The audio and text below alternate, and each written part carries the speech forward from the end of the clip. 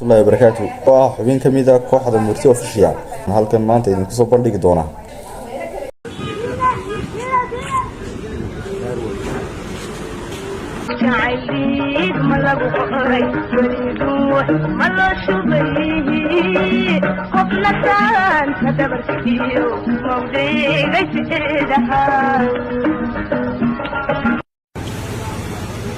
محمد عبد النور oo ku magac dheer adeera waxa uu ahaa beerley kahor inta uusan dhex dabaalanin muujadaha jaceylkan maanta waalay waxayna xiriir jaceyl oo dhaba wada lahaayeen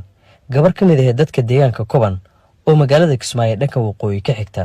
waxay ku ballameen xilligaas guur wuxuuna go'aansaday in tacabkii beertiisa uga soo go'ayo uu badnaasin uu u iibgeeyay magaalada Muqdisho ee caasimadda dalka beecgeyntiisii kadib lacagtii dalga looga iibsaday ayuu gacalsidiisa xoogaa dahab iyo dhar uga soo iibiyay inta kalena waxa uu ku soo riday juwaan si uu uga doonto gabadha waana sooriyadii reerka balse intii uu maqnaa ay tala faraha ka baxday kadib markii gabadhii uu jeclaa ay nin kala raacday lana aqal gashay wuxuuna hadda oo 30 sano qisadiisa ay ka soo wareegatay wali garabka ku sidaa juwaankii uu ku waday lacagtii sooriyada ahayd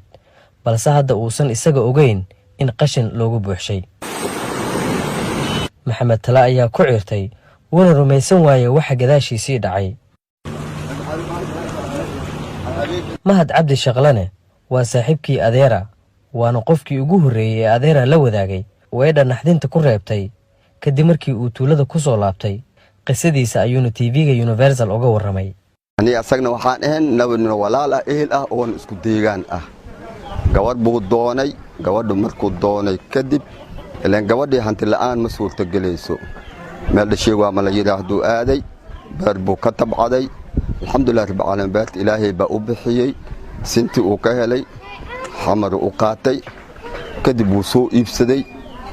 markuu soo iibsaday ilaa markaas lacag dollar ma jirin FC ma jirin lacag boqol ay ahayd jawaanu ka soo buuxiyay lacagtii gaari uu soo raacay kawan uu ku soo degay wixii soo dush u soo saaray garabka uu kawan la imaaday kawan markuu imaaday aniga iska hor imaanay waxaan u sheegay gabadha in la guursaday oo nin ay u degan tahay ninkuu isku naxay naftkeyga waxaan yiraahdaa bal maxaan oo ninka ugu sheegtay meeshii ninka looguma dambeeynin arrintaas aaway jaceylkii gabadha ka wada dhaxeeyeen ayuuna u waashay maadaama la yiraahdo gabadha waa la guursaday asaga hantidii uu ku guursan lahaa gacanta uu ku haay filwaay la noqotay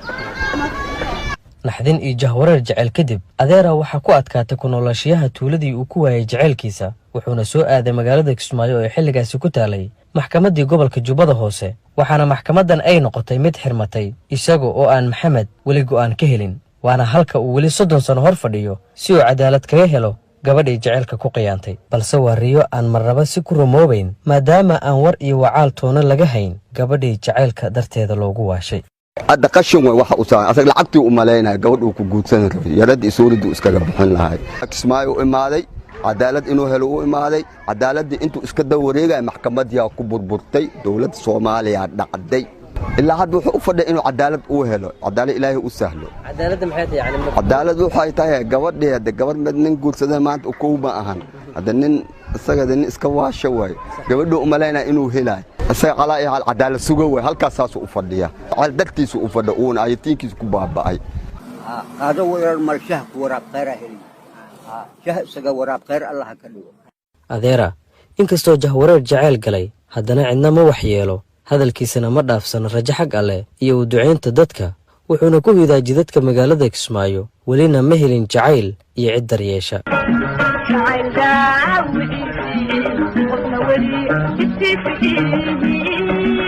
لا يخاف